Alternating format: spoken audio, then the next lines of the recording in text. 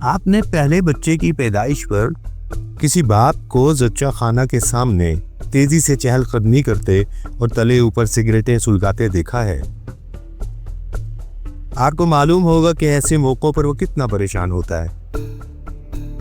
اگر ہم یہ کیفیت پریشانی تسلیم کریں تو وہ کیفیت کیا کہلائے گی جو جوناتھن پہ طاری تھی۔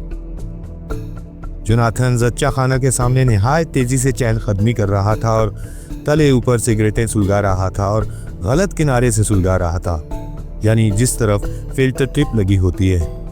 یہی نہیں، وہ فلٹر والا سرا جلانے کے بعد باقاعدہ کش بھی لے رہا تھا۔ اسے یہ احساس قطعی نہیں تھا کہ وہ تمباکو نوشی نہیں، فلٹر ٹپ نوشی کر رہا ہے، اور ان دونوں کے ذائقے میں زمین و آسمان کا فرق ہے۔ اس کیفیت کے لیے ہم جوناتھن کو قصوروار بھی نہیں قرار دے سکتے۔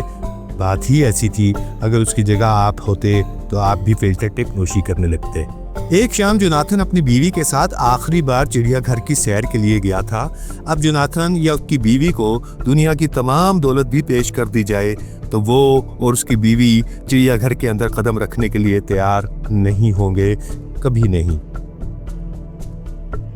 ٹھہریے، میں وہ واقعہ سنانے سے پہلے آپ کو چند ضروری حقائق بتا دوں تاکہ آپ چڑیا گھر میں پیش آنے والا معاملہ پوری طرح سمجھ لیں۔ جوناتھن کو نوجوانی میں جادو سیکھنے کا خپت ہو گیا تھا۔ اس نے جادو سیکھنے میں کوئی کسر نہیں چھوڑی تھی، لیکن اس دن رات کی محنت اور انتہائی مشکل چلا کشی کے باوجود جوناتھن اپنے منتروں میں وہ قوت پیدا نہیں کر سکا تھا جو پلک جھپکتے میں رات کو دن اور دن کو رات بنا سکے۔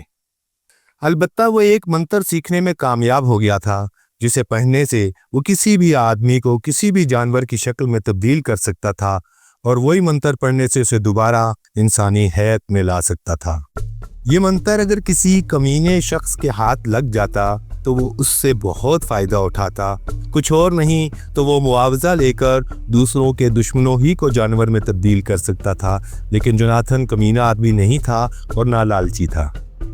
اس نے شروع میں تجربے کے طور پر صرف چند بار وہ منتر آزمایا تھا، لیکن اسے فائدے کے لیے کبھی استعمال نہیں کیا تھا۔ آخری بار یہ منتر اس نے 10 سال قبل استعمال کیا تھا۔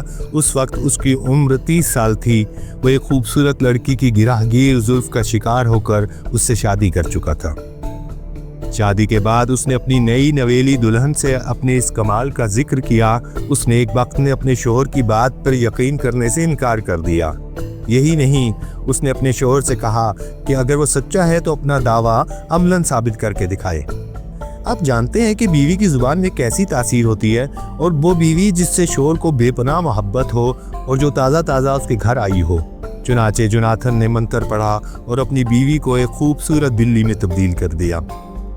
کچھ دیر بعد جب اس کی بیوی دوبارہ عورت بن گئی تو اس نے اپنے شوہر سے وعدہ لیا کہ وہ آئندہ کبھی یہ حیرت انگیز منتر استعمال نہیں کرے گا۔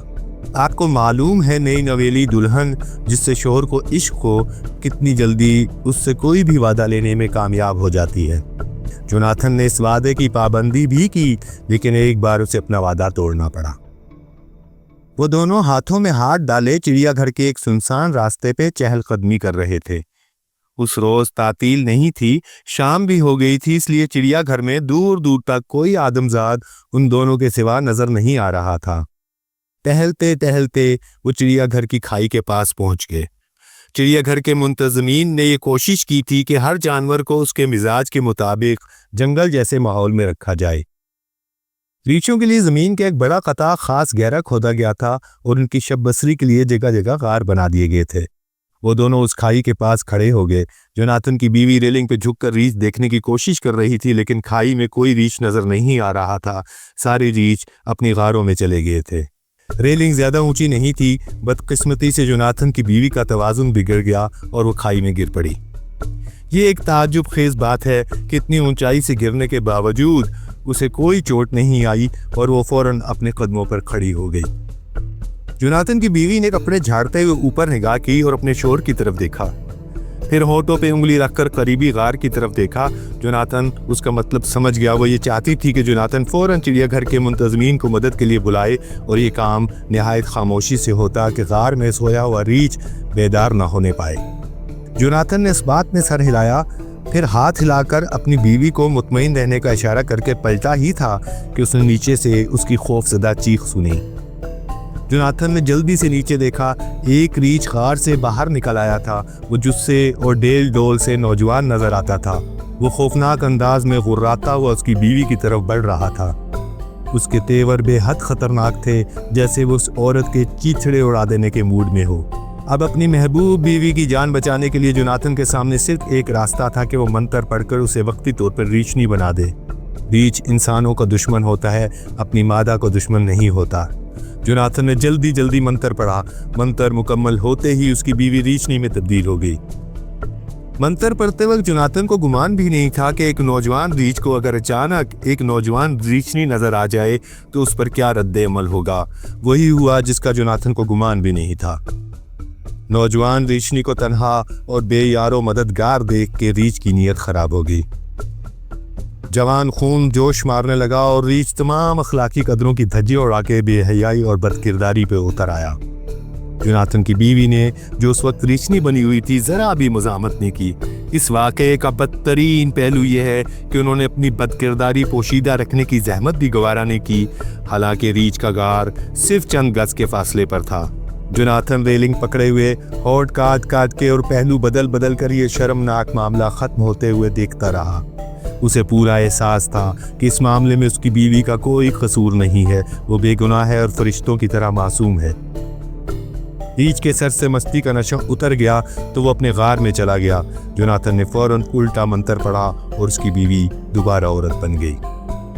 جوناتھن نے اسے کہا، تم کھائی کی دیوار میں بنے ہوئے گڈھوں کی مدد سے اوپر چڑھنے کی کوشش کرو۔ اگر تم کچھ اوپر آ گئیں تو میں اپنی قمیص لٹکا کے تمہیں اوپر کھینچ لوں گا۔ 10 منٹ کی کوشش کے بعد جوناتھن کی بیوی کھائی سے باہر نکل آئی۔ اس کا چہرہ دھلے ہوئے کپڑے کے مانند سفید ہو رہا تھا اور پورا بدن بری طرح کانپ رہا تھا۔ واپسی میں راستے بھر ان کے درمیان کوئی گفتگو نہیں ہوئی۔ گھر پہنچ کے انہوں نے معاہدہ کیا کہ وہ یہ واقعہ گفتگو کا موضوع کبھی نہیں بنائیں گے۔ اس میں قصور کسی کا بھی نہیں تھا۔ اگر جوناتھن اسے ریچھنی نہ بناتا تو ریچھ اس کی بوٹیاں اڑا کے رکھ دیتا۔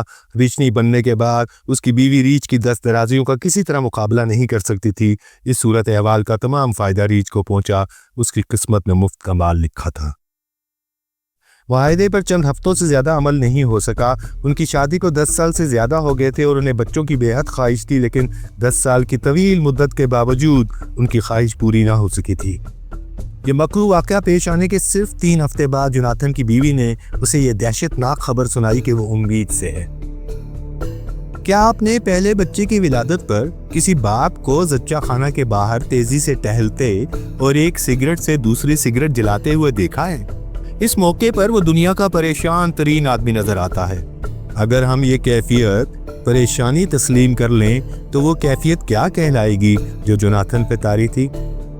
وہ زچہ خانہ کے باہر نہایت تیزی سے چہل قدمی کر رہا تھا اور تلے اوپر سگریٹیں پھونک رہا تھا اور انہیں غلط کنارے سے جلا رہا تھا۔ یہی نہیں، وہ فلٹر ٹپ والا کنارہ جلانے کے بعد باقاعدہ کش بھی لے رہا تھا اور انتظار کر رہا تھا۔ لیکن کس کا؟